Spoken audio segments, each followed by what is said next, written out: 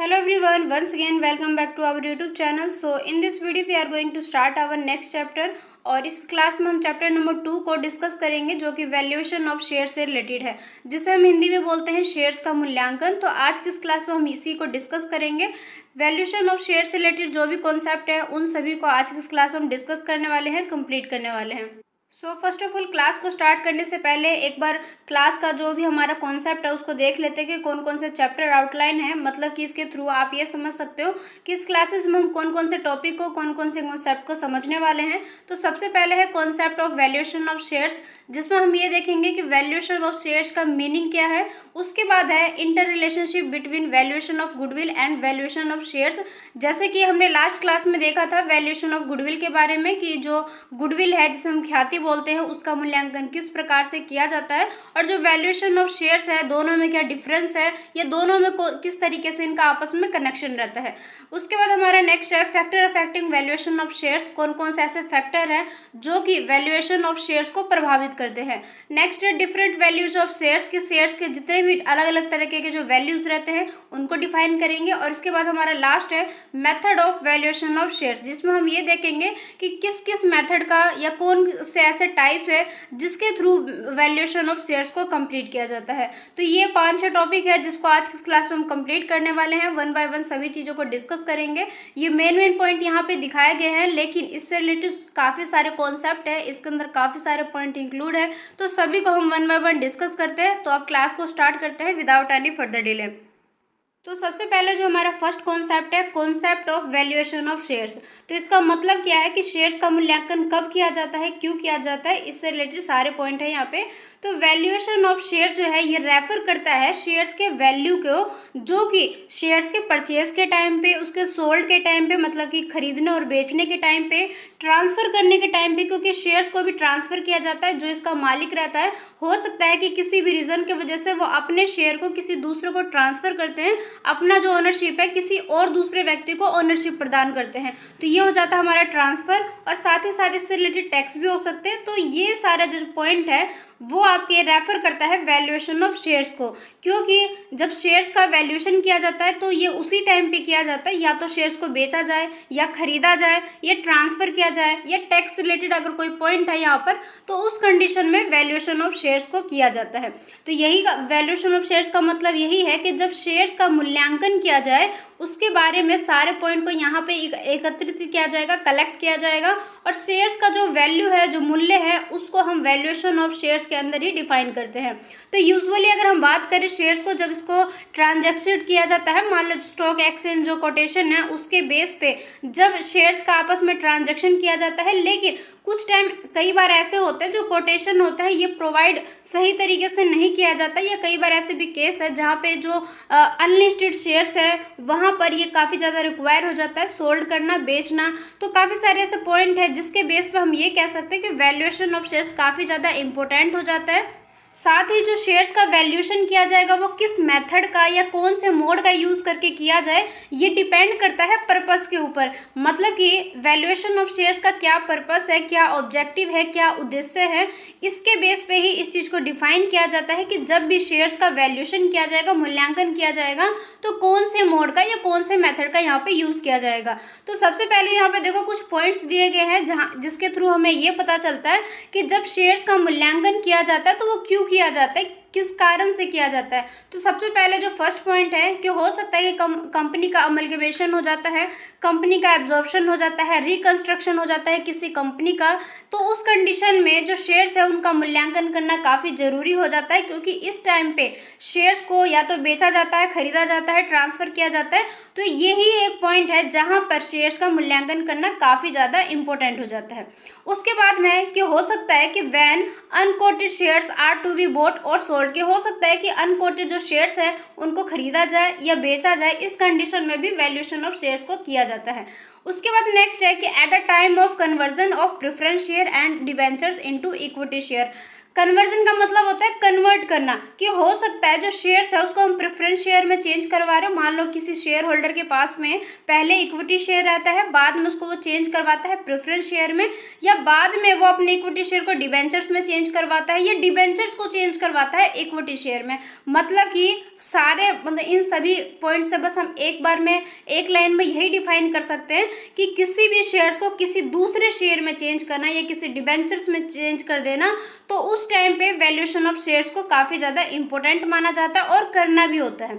उसके बाद में हमारा नेक्स्ट है कि at the time of assessment by the income tax authorities for the purpose of state duty हो गया, कैपिटल गेन्स हो गया, वेल्थ टैक्स हो गया, गिफ्ट टैक्स हो गया। तो इस तरीके के जब टैक्स होते हैं जहाँ पर टैक्स को कैलकुलेट किया जाता है, तो उस कंडीशन में भी अगर किसी व्यक्ति के पास में सही अमाउंट में शेयर्स है तो उनके शेयर्स का मूल्यांकन किया जाता है, ताकि पता चल सके कि उस व्यक्ति के पास में कितनी ज़्यादा प्रॉपर्टी है या कितना ज़्यादा पैसा उसके पास में, ताकि उसके ऊपर इनकम टैक्स को सही रूप से कैलकुलेट कर दिया जाए। उसके बाद हमारा नेक्स्ट है कि हो सकता है कि मान लो गवर्नमेंट को कोई भी कंपनसेशन को पे करना है, तो उस टाइम पे कंपनी के द्वारा मतलब जिस भी कंपनी में उसका मेंबरशिप है तो वहाँ पर भी शेयर्स को कैलकुलेट किया जाता है। हो सकता है कि कंपनी ने एक्वायर किया है मेजोरिटी शेयर को किसी दूसरे कंपनी को, मतलब कि when A company acquire majority share of another company for the purpose of acquiring A controlling interest in another company, कि कई बार जो शेयर होल्डर होते हैं इनका मेन पर्पस कई तरीके का हो सकता है कि वो किसी कंपनी के उन्होंने शेयर परचेज किया, अब वो उसको किसी दूसरे पर्पस के लिए किसी और कंपनी में एक्वायरिंग के पर्पस से वहाँ पर चाहते हैं कि कंट्रोलिंग का काम करना, तो उस टाइम पे भी उनके शेयर्स का वैल्यूएशन किया जाता है। और लास्ट पॉइंट है कि हो सकता है जब शेयर्स हमारा एज अ सिक्योरिटी के बेस पर रखा जाए, मतलब कि हो सकता है जैसे कि अगर आप एग्जांपल के लिए मैं आपको बता रही हूँ कि जैसे जब किसी व्यक्ति के पास में किसी बड़े कंपनी के काफ़ी बड़े अमाउंट में शेयर्स होते हैं, तो उस कंडीशन में अगर वो व्यक्ति किसी बैंक से लोन लेना चाहता है, तो उस कंडीशन में वो लोन लेने टाइम पे अपने शेयर्स को एज अ सिक्योरिटी के बेस पर रख सकता है। जैसे कि आपको पता होगा कि जब भी लोन लिया जाता है तो कुछ ना कुछ हमें सिक्योरिटी में रखना पड़ता है, ताकि बैंक को ये भरोसा हो सके कि इन केस अगर कोई भी व्यक्ति पेमेंट नहीं करता उनके लोन्स का, ताकि जो भी सिक्योरिटी में रखा गया है उसको बेच के कंपनी अपने लॉस को बैलेंस कर सके। तो इस कंडीशन में हम क्या कर सकते हैं, कोई भी पर्सन ऐसा कर सकता है कि अगर उसके पास में शेयर है, सही अमाउंट में है, काफ़ी अच्छे बड़े अमाउंट में, तो उस कंडीशन में अगर वो लोन लेना चाहता है किसी भी बैंक से, तो वहाँ पर वो शेयर्स को एज अ सिक्योरिटी के बेस पे यूज़ कर सकता है। अब सिक्योरिटी के बेस पे यूज़ करेगा तो बैंक के द्वारा या बैंक के लिए इस चीज़ को जानना काफ़ी ज़्यादा इंपॉर्टेंट हो जाता है कि उनके शेयर्स का वैल्यू कितनी है, ताकि सिक्योरिटी के अमाउंट को तो डिफाइन किया जाएगा वैल्यूएशन ऑफ शेयर्स के थ्रू ही, क्योंकि वैल्यूएशन ऑफ शेयर्स के थ्रू पता चल पाएगा कि उसके जो शेयर्स है उसकी वैल्यू कितनी है, तो उससे लोन लेने में काफ़ी ज़्यादा हेल्प मिल सकता है। तो ये सारे पॉइंट थे जिसके थ्रू ये पता चलता है कि वैल्यूएशन ऑफ शेयर्स क्यों किया जाता है, ये किसके बेस पे किया जाता है, कौन से टाइम पे किया जाता है। तो आई होप आपको ये पॉइंट समझ में आ गया होगा। उसके बाद में हमारा नेक्स्ट कॉन्सेप्ट है inter relationship between valuation of goodwill and valuation of shares. तो देखो, अगर आपने लास्ट क्लास देखा होगा तो आपको अच्छे से पता ही होगा कि वैल्यूएशन ऑफ गुडविल है क्या। वैल्यूएशन ऑफ गुडविल में हम गुडविल का मूल्यांकन करते हैं कि किसी भी कंपनी का कि मार्केट में कितनी ज़्यादा गुडविल है, कितनी ज़्यादा ख्याति है, कितने लोग उसे जानते हैं, पहचानते हैं, पसंद करते हैं, उसकी कितनी ज़्यादा रेपुटेशन है मार्केट के अंदर, तो ये कहलाता है आपका valuation of goodwill. Valuation of shares भी सेम है, लेकिन यहाँ पर गुडविल के जगह पे शेयर्स का यूज़ किया जाता है।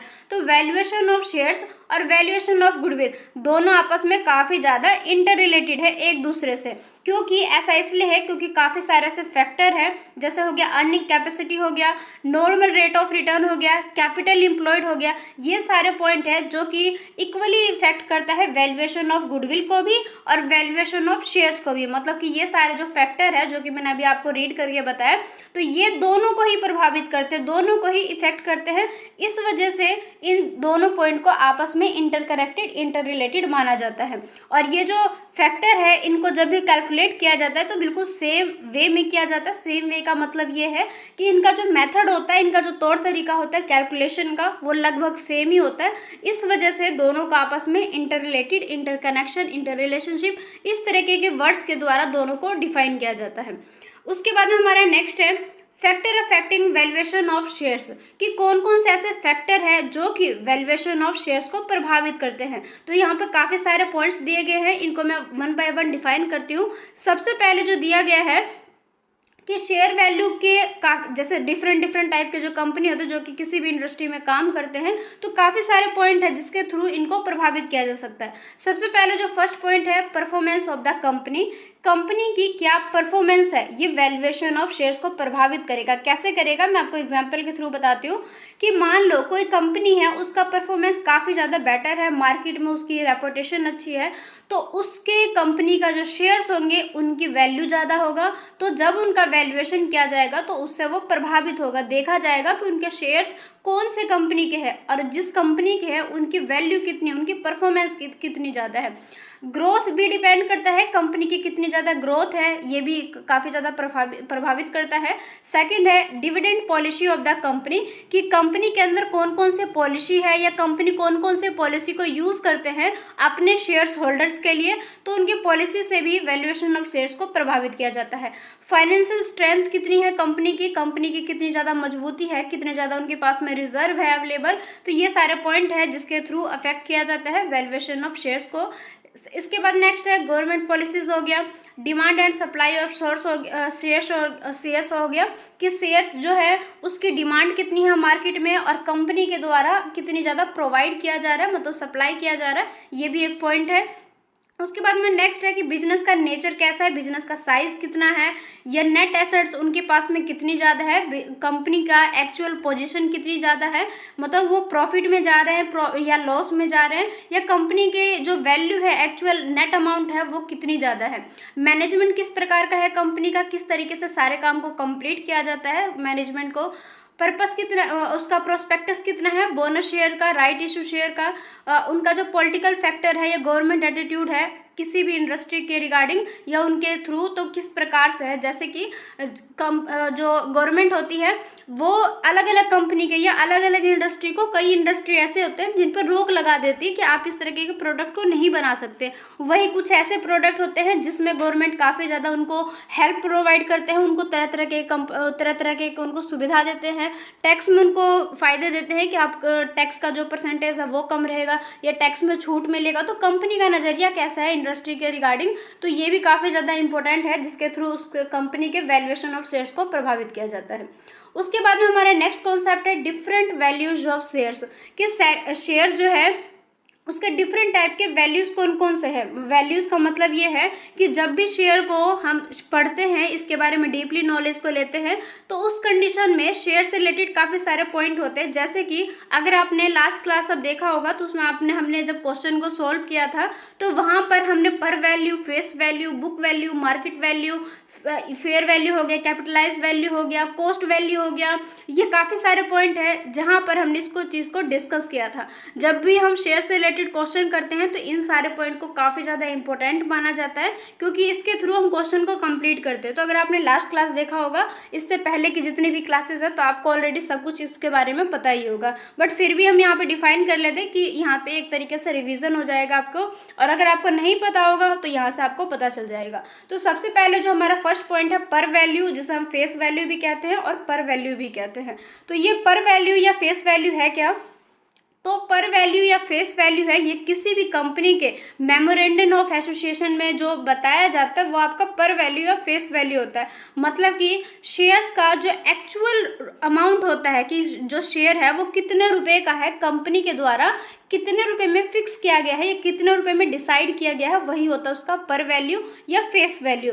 कंपनी जब भी अपने शेयर को इशू करते हैं तो उस टाइम पे हो सकता है कि कंपनी ने पर वैल्यू पे किया है या प्रीमियम पे किया है या डिस्काउंट पे किया, तो उस टाइम पे इस चीज़ को अलग अलग हम मानते हैं। पर वैल्यू का मतलब ये है, मान लो कोई शेयर 10 रुपीज़ पर शेयर है, अगर उसको जनता में पब्लिक में 10 रुपीज़ पर शेयर ही उसको इशू कर दिया जाए तो वो कहलाता है आपका पर वैल्यू।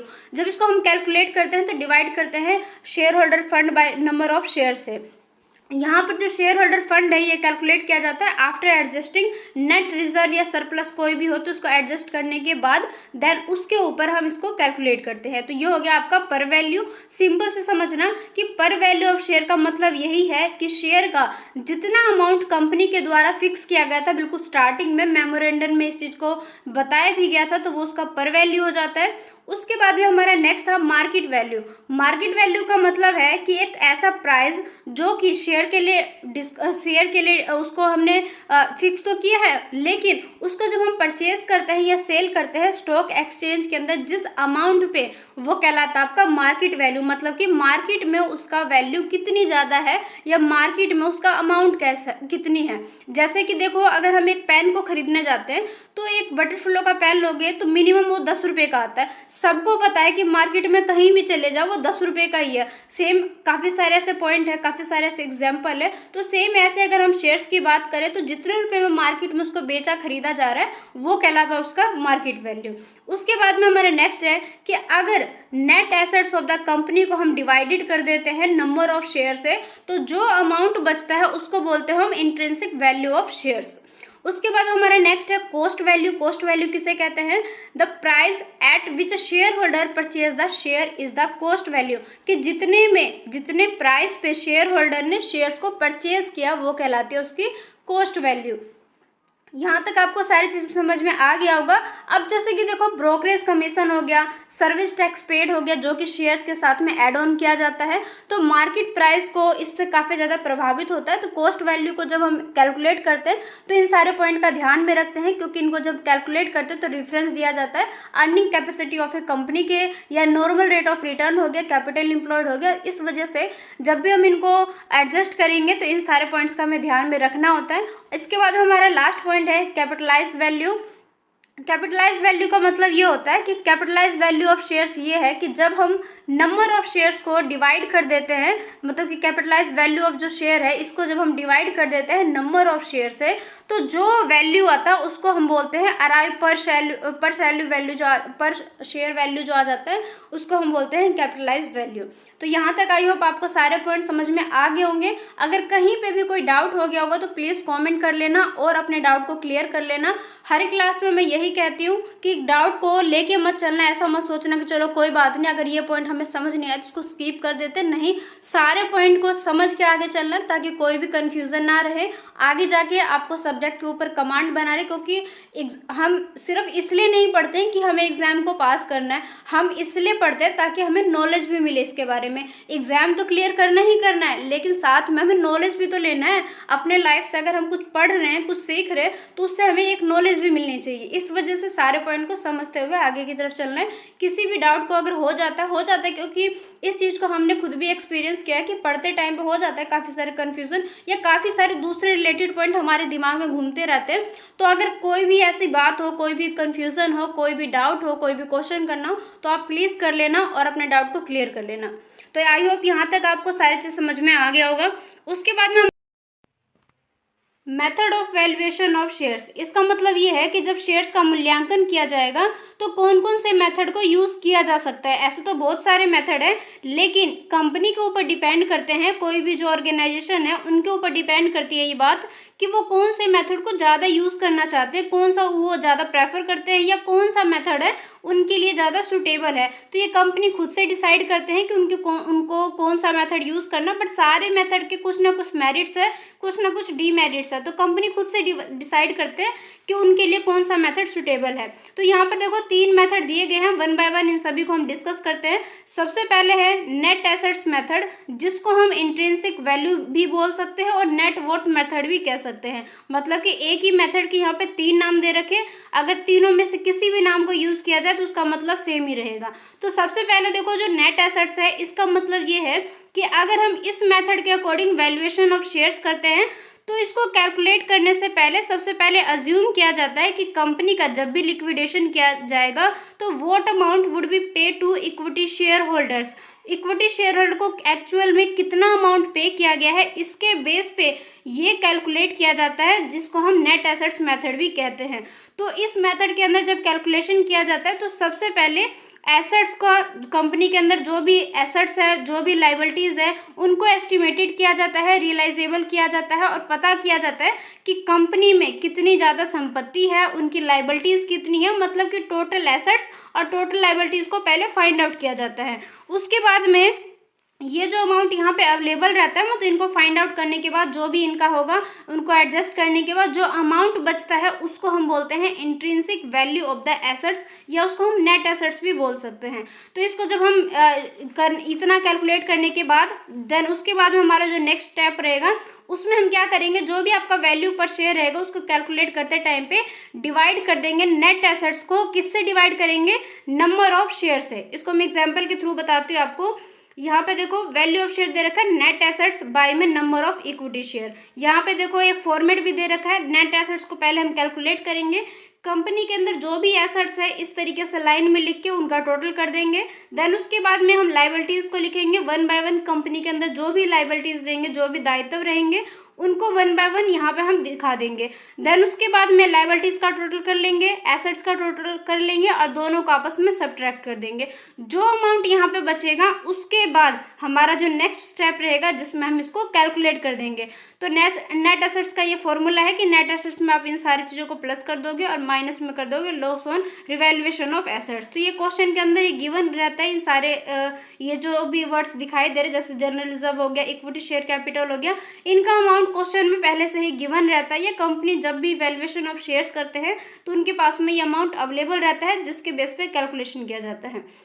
उसके बाद में है कि ये जो नेट एसेट्स मेथड के बारे में जिसके बारे में हम डिस्कस कर रहे हैं, इसके अंदर कुछ डिफ़िकल्टीज़ आ जाता है। डिफ़िकल्टीज़ का मतलब ये है कि जैसे कि मैंने आपको स्टार्टिंग में ही बताया, सारे मेथड ठीक है लेकिन हर मेथड के कुछ ना कुछ मेरिट्स है, कुछ ना कुछ डीमेरिट्स है। तो सेम इसी तरीके से ये जो मेथड है इसके अंदर कौन कौन से डीमेरिट्स है या कौन सा डिफ़िकल्टीज़ है, कौन से ऐसे प्रॉब्लम है जो कि इस मेथड के अंदर आ जाते हैं। तो सबसे पहले देखो, जब भी हम फाइंड आउट करते हैं एसेट्स के बारे में तो वहाँ पर काफ़ी सारे टाइप्स के दूसरे वर्ड्स रहते हैं, दूसरे ऐसे काफ़ी सारे पॉइंट रहते हैं, जैसे रिप्लेसमेंट वैल्यू हो गया, मार्केट वैल्यू हो गया, ब्रेकअप वैल्यू हो गया। तो कंपनी के पास में थोड़ा सा कन्फ्यूज़न क्रिएट हो जाता है कि कंपनी जब भी एसेट्स का वैल्यूएशन करेंगे तो इनमें से किसको माने, मतलब कि रिप्लेसमेंट वैल्यू के बेस पे एसेट्स का मूल्यांकन करें, मार्केट वैल्यू के बेस पे एसेट्स का हम मूल्यांकन करें या ब्रेकअप वैल्यू के करें। तो इतने सारे जब पॉइंट आ जाते हैं, इतने सारे जब ऑप्शन आ जाते हैं तो थोड़ा सा वहाँ पे कन्फ्यूज़न हो जाता है कि किसके बेस पे करें या कौन सा जो मेथड है या कौन सा जो तरीका है जिसको यूज़ करने से ही सही तरीके से सारे कैलकुलेशन को किया जा सकता है। क्योंकि जब काफ़ी सारे ऑप्शन रहते हैं तो कौन सा ऑप्शन हमारे लिए सही है, कौन सा नहीं है, हम अपनी तरफ से तो पूरा 100% लगा देते हैं, बट हो सकता है कि जिस ऑप्शन को हम चूज़ करते हैं वो ऑप्शन इन फ्यूचर जाके गलत भी हो सकता है। इस वजह से यहाँ पे थोड़ी सी डिफ़िकल्टीज यहाँ पे क्रिएट हो जाती है। उसके बाद में देखो यहाँ पर एक क्वेश्चन गिवन है। यहाँ पे क्वेश्चन नंबर फर्स्ट है, मैं आपको सॉल्व करके दिखाती हूँ। इससे आपको जो कॉन्सेप्ट है वो काफ़ी बेहतर तरीके से और क्लियर हो जाएगा। सबसे पहले देखो क्वेश्चन में इस साइड में सारे लायबिलिटीज़ को गिवन किया गया है, इस साइड में एसेट्स को गिवन किया गया जैसे कि हमारे बैलेंस शीट में दिखाया जाता है। तो ये बैलेंस शीट ही है, कंपनी किसी भी कंपनी का हो सकता है। क्वेश्चन के अकॉर्डिंग यहाँ पे जी कंपनी दे रखा है।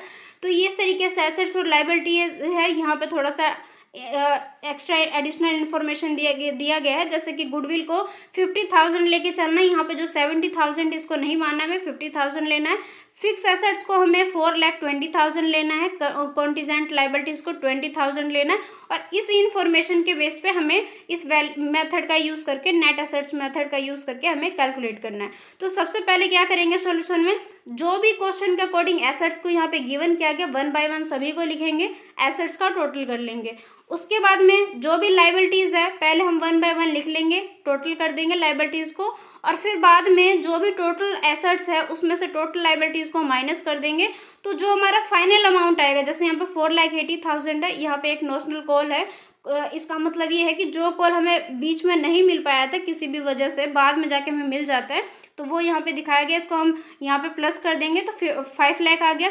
अभी 5 लाख एडजस्टमेंट हो क्या है, मतलब कि एसेट्स में से लाइबिलिटीज़ को माइनस करने के बाद अब यहाँ पर देखो इस तरीके से जो आया 5 लाख, इसको हम डिवाइड कर देंगे नंबर ऑफ इक्विटी शेयर से। तो नंबर ऑफ इक्विटी शेयर कितना 4000 का 5 लाख से डिवाइड करोगे तो आ जाएगा 125। साथ में ही यहाँ पे देखो 125 तो आ गया पर जो इसका शेयर था, शेयर्स का वैल्यू, लेकिन यहाँ पे जो क्वेश्चन है उसके अकॉर्डिंग, इन्फॉर्मेशन के अकॉर्डिंग बताया गया कि कंपनी ने जब भी शेयर्स को इशू किए थे तो 100 रुपये के पर शेयर पे किया था, लेकिन उनका जो पेड अप वैल्यू है वो 80 है, तो मतलब कि 20 रुपीज़ जो बीच में है वो नहीं मिला। इस वजह से 20 रुपये के बेस पे इसको हम माइनस कर देंगे, तो फाइनल जो है उससे वैल्यूएशन ऑफ शेयर से हमें पता चल गया कि पर वैल्यू शेयर जो है 105 रुपीज़ है, 105 रुपये है। तो इस तरीके से वैल्यूएशन ऑफ शेयर्स किया जाता है। ये सेकंड क्वेश्चन जो है इसको आप ट्राई करना, ये भी सिंपल क्वेश्चन आपको आ जाएगा। इसकी पीडीएफ मैं आपको शेयर कर दूंगी टेलीग्राम पे चैनल पे, और चाहो तो आप एसओएल के वेबसाइट से भी डाउनलोड कर सकते हो, जो एनईपी बेस्ड सिलेबस को उसके दिल्ली यूनिवर्सिटी के द्वारा प्रोवाइड किया जाता है उनके वेबसाइट पे, वही ये पीडीएफ है। तो चाहे तो आप वहाँ से भी डाउनलोड कर सकते हो, चाहे तो मैं आपको टेलीग्राम चैनल पे शेयर भी कर दूंगी। तो अगर आप चैनल जो हमारा टेलीग्राम चैनल है, अगर आप उससे नहीं जुड़े हो तो प्लीज़ जुड़ जाना। डिस्क्रिप्शन बॉक्स में वहाँ पे लिंक दिया रहता है, हर वीडियो में दिया रहता है, तो आप वहाँ से भी ज्वाइन हो सकते हो। अगर आप पहले से ही ज्वाइन हो तो आपको ऑलरेडी सब बात पता ही होगा। उसके बाद में हमारा नेक्स्ट मेथड है यील्ड मेथड, और जिसको हम मार्केट वैल्यू मेथड भी कहते हैं, मतलब दोनों मेथड का सेम ही नाम है।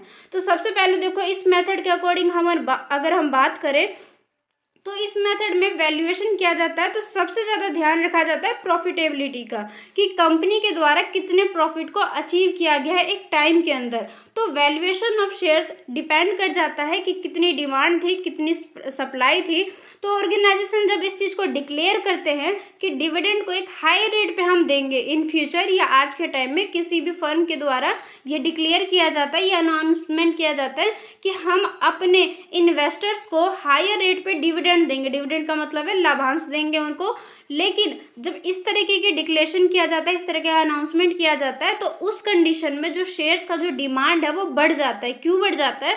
क्योंकि उससे नए इन्वेस्टर्स भी इस तरफ आने लग जाते हैं। उनको लगता है कि यहाँ पर अगर हम इन्वेस्ट करेंगे तो हमें एक हायर अमाउंट पे हमें रिटर्न मिलेगा, क्योंकि कोई भी जो इन्वेस्टर्स है इन्वेस्ट सिर्फ इसलिए ही करता है, उनका जो मेन पर्पस यही रहता है कि हम ज़्यादा से ज़्यादा रिटर्न्स को ले सके। तो इस मेथड के अंदर प्रॉफिटेबिलिटी का ज़्यादा ध्यान रखा जाता है। इस वजह से यहाँ पर हायर रेट पे जब डिक्लेयर किया जाएगा डिविडेंड को, तो यहाँ पे इन्वेस्टमेंट ज़्यादा किया जाएगा। तो इस कंडीशन में क्या हो जाता है, वैल्यूएशन ऑफ शेयर्स का जो मूल्य है वो ज़्यादा बढ़ जाता है, जो शेयर्स है उनके डिमांड काफ़ी ज़्यादा इंक्रीज हो जाते हैं। तो इस तरीके से हम इसको कैलकुलेट करते हैं। जब भी कैलकुलेट किया जाएगा वैल्यूएशन ऑफ शेयर्स इस मेथड के अकॉर्डिंग, तो एक्सपेक्ट किया जाता है कि जो भी इक्विटी शेयर्स के लिए इन फ्यूचर में डिविडेंड अवेलेबल है उसके बेस पे ही यहाँ पे इसको कैलकुलेट करेंगे। तो इसका जो फॉर्मूला होगा, profit available for equity share holders, की इक्विटी शेयर होल्डर्स जो है उनके लिए जो भी प्रॉफिट अवेलेबल है आज के टाइम में, उसको हम डिवाइड कर देंगे paid up equity share capital से, मल्टीप्लाई कर देंगे 100 से। उसके बाद में इस फॉर्मूले को यूज़ करके हम इसको एक्सपेक्टेड मतलब जो मान के चलेंगे प्रॉफिट पर वैल्यू, और यहाँ से जाकर हम इसको फाइंड आउट कर सकते हैं। साथ में ही यहाँ पे काफ़ी इंपॉर्टेंट लाइन है, इस वजह से मैंने इसको हाईलाइट कर दिया ताकि ये अलग से शो हो जाए कि ये जो मेथड है इसके अंदर हम कंसीडर करके चलते हैं कि ये जो मेथड है बिल्कुल रियलिस्टिक्स है। रियलिस्टिक्स का मतलब ये है कि इस मेथड को रियल के रूप में माना जाता है, क्योंकि इस मेथड के अंदर जब भी वैल्यूएशन ऑफ शेयर्स किया जाता है तो वो बेस्ड रहता है इनकम के ऊपर, और हमारा जो मेन पर्पस रहता है यही रहता है कि इन्वेस्टर्स को जो इन्वेस्ट करेंगे पर शेयर में उनके बेस पे ही इसको डिफाइन किया जाता है, इसको कैलकुलेट किया जाता है। इस वजह से इस मेथड को ज़्यादातर रियलिस्टिक मेथड माना जाता है। तो आई होप यहाँ तक आपको सारी चीज़ें सही तरीके से समझ में आ गया होगा। देन उसके बाद में नेक्स्ट है अर्निंग कैपेसिटी मेथड। अब यहाँ पर देखेंगे ये नेक्स्ट मेथड है। इस मेथड के अकॉर्डिंग अगर हम बात करें तो ये जो अर्निंग ऑफ ए कंपनी है ये रेफर करता है कि प्रॉफिट कितना ज़्यादा कंपनी ने अर्न किया है। लेकिन देखो कोई भी अगर हम कंपनी की बात आती है, अगर उसके हम प्रॉफिट की बात करते हैं तो हम ये सोचते हैं या कोई भी व्यक्ति यही सोचता है कि कंपनी ने इस साल के अंदर इतने प्रॉफिट को अचीव किया है। लेकिन जिस प्रॉफिट के बारे में सारी दुनिया बात करती है, सब बात करते हैं, वो उनका नेट प्रॉफिट नहीं कहलाता है, है, क्योंकि प्रॉफिट जो उन्होंने अचीव किया वो तो उनका चलो प्रॉफिट है, लेकिन प्रॉफिट में से उनको बाकी एक्सपेंसेस को भी तो माइनस करना पड़ता है, देन उसके बाद ही तो एक्चुअल प्रॉफिट पता चल पाता है कि कंपनी के पास में कितना प्रॉफिट हुआ है। तो ये जो प्रॉफिट है जो कि अर्न किया गया है, ये बिफोर होना चाहिए किसके, प्रोवाइडिंग, जो भी इनकम टैक्स को प्रोवाइड करेंगे वो हो गया, इन जो भी डिवेंचर्स के ऊपर इंटरेस्ट पे किया जाएगा, जो भी डिविडेंड प्रोवाइड किया जाएगा प्रेफरेंस शेयर्स होल्डर को या प्रेफरेंस डिवेंचर होल्डर्स को, साथ ही साथ जो भी जनरल रिजर्व में ट्रांसफ़र किया जाएगा, इन सभी को माइनस करने के बाद में जो प्रॉफिट बचता है एक्चुअल में, उसी को हम बोलते हैं कि प्रॉफिट अर्न किया गया कंपनी के पास में। तो देखो सबसे पहले हम रेट ऑफ अर्निंग निकालेंगे, प्रॉफिट अर्न बाय में एवरेज कैपिटल एम्प्लॉयड मल्टीप्लाई में 100।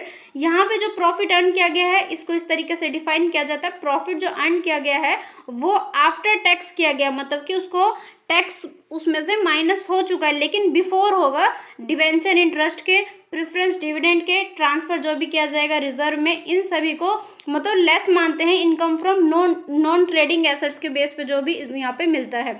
यहाँ पे सबसे पहले हम एवरेज कैपिटल प्रॉफिट निकालेंगे इस फॉर्मूले के द्वारा, उसके बाद में यहाँ पर हम इस फॉर्मूले को यूज़ करेंगे, इससे आपका आ जाएगा वैल्यू पर शेयर, जिसको हम बोलते हैं अर्निंग कैपेसिटी मेथड।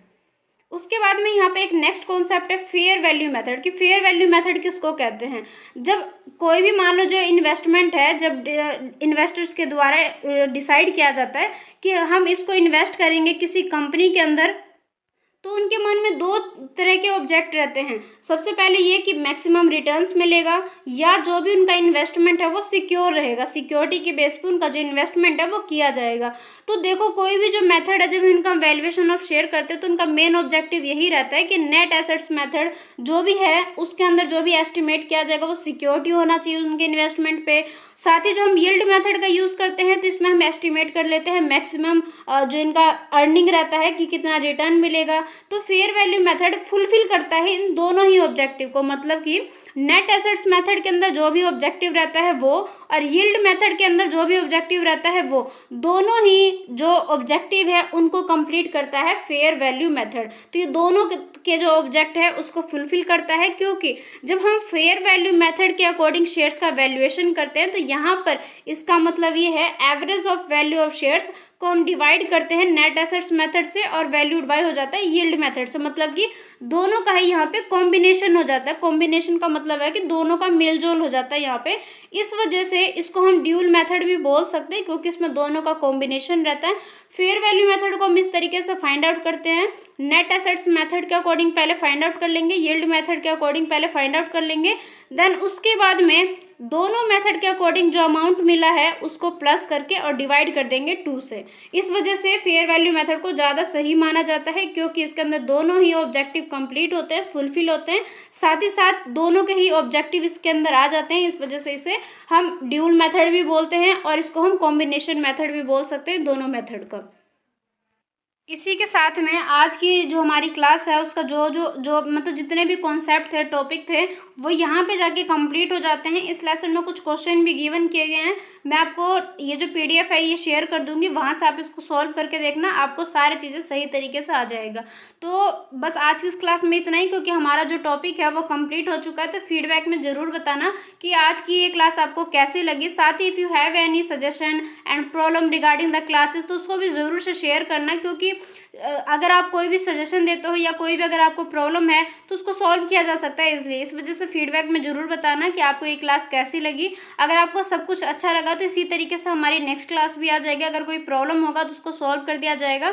तो फीडबैक में ज़रूर बताना आज की क्लास आपको कैसी लगी। अगर आपको सब कुछ सही लगा तो प्लीज़ लाइक कर देना, शेयर जरूर से करना और सब्सक्राइब जरूर कर लेना अगर आपने अभी तक चैनल को सब्सक्राइब नहीं किया है तो, क्योंकि इस चैनल पे आपको काफ़ी सारे सब्जेक्ट के क्लासेस मिल जाएंगे। तो चैनल जो है आपके लिए काफ़ी ज़्यादा हेल्पफुल है, तो आप भी सब्सक्राइब कर लेना, साथ साथ शेयर जरूर कर देना।